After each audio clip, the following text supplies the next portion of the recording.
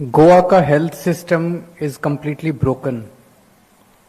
का health services है, एक है प्राइवेट हेल्थ सर्विसेज, एक है गवर्नमेंट हेल्थ सर्विसेज। तो almost 90% of Goa depends on government health services.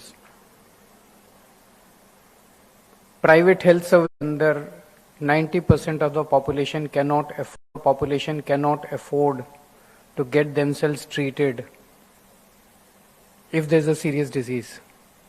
Normal खांसी जुकाम बुखार के लिए तो शायद प्राइवेट डॉक्टर के पास चले जाते हैं, लेकिन सर्जरी इन्वॉल्व है, कोई सीरियस बीमारी इन्वॉल्व है, तो कोई भी प्राइवेट में इलाज कराने की हिम्मत नहीं कर सकता।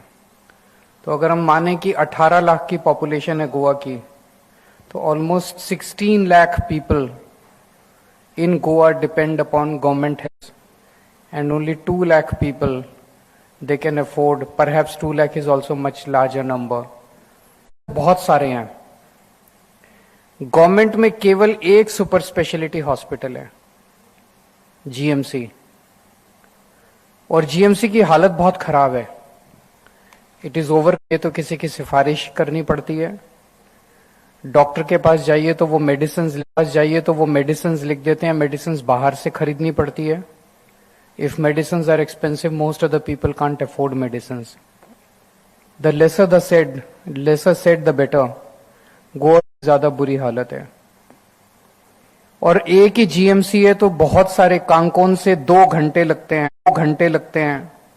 अगर कोई इमरजेंसी हो जाए तो कांकोन से कैसे 2 घंटे के अंदर तो मरीज ही मर जाएगा।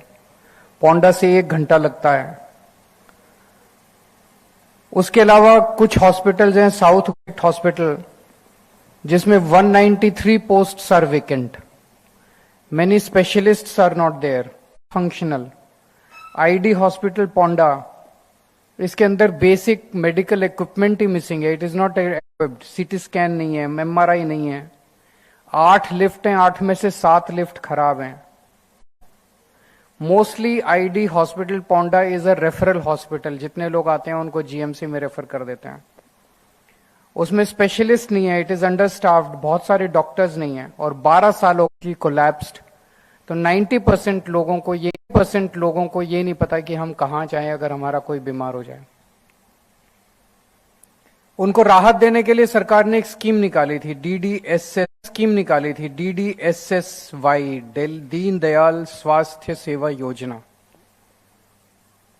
कि अगर किसी के घर में कोई बीमार हो जाए और उसको सरकारी हॉस्पिटल में ठीक में जाके इलाज करा दे, इसके लिए उन्होंने योजना निकाली थी, जिसका अमाउंट अब बढ़ा के अगर 3 लोगों की फैमिली है तो 3 लोगों की फैमिली के 4 लाख रुपए टोटल पूरे साल का, 4 लाख रुपए। अगर 4 एंड मोर लोगों की फैमिली है तो 6 लाख रुपए का। 4 लाख और 6 लाख तो कुछ भी नहीं होते।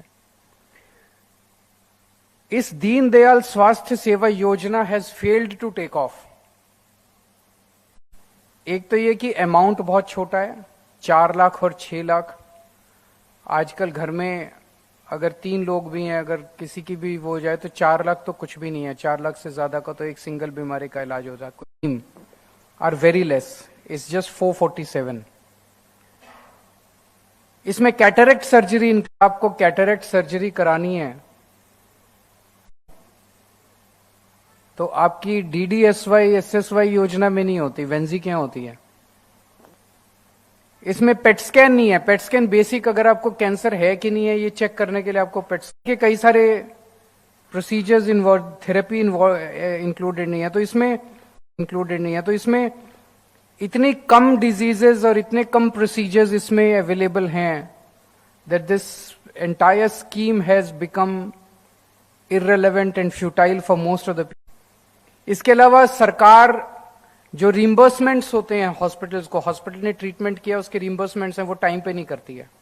एंटरटेन करना बंद कर देते हैं कार्ड को। DDSSY का कार्ड लेके जाते हैं लोग और उस कार्ड को हॉस्पिटल्स एंटरटेन नहीं करते।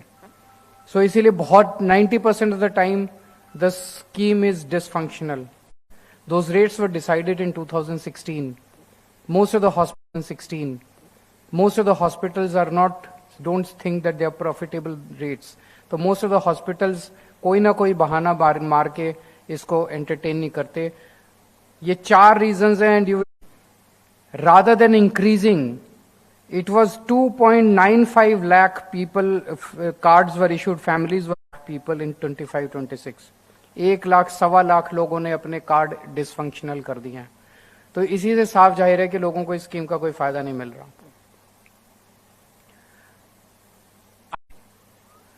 लेकिन उसमें समय लगेगा. जब तक वो नहीं होता तब तक लोग तो मर नहीं सकते ना. तो पंजाब में हमने ये किया है. पंजाब में हमने हर परिवार को हर परिवार को हमने 10-10 लाख रुपए का इंश्योरेंस कवर दिया है. No income limit, no other this thing, no eligibility criteria. The person should be based in Punjab. He should be resident of Punjab. Against 447 procedures and diseases in Goa, 2,350 diseases and procedures are covered in Punjab.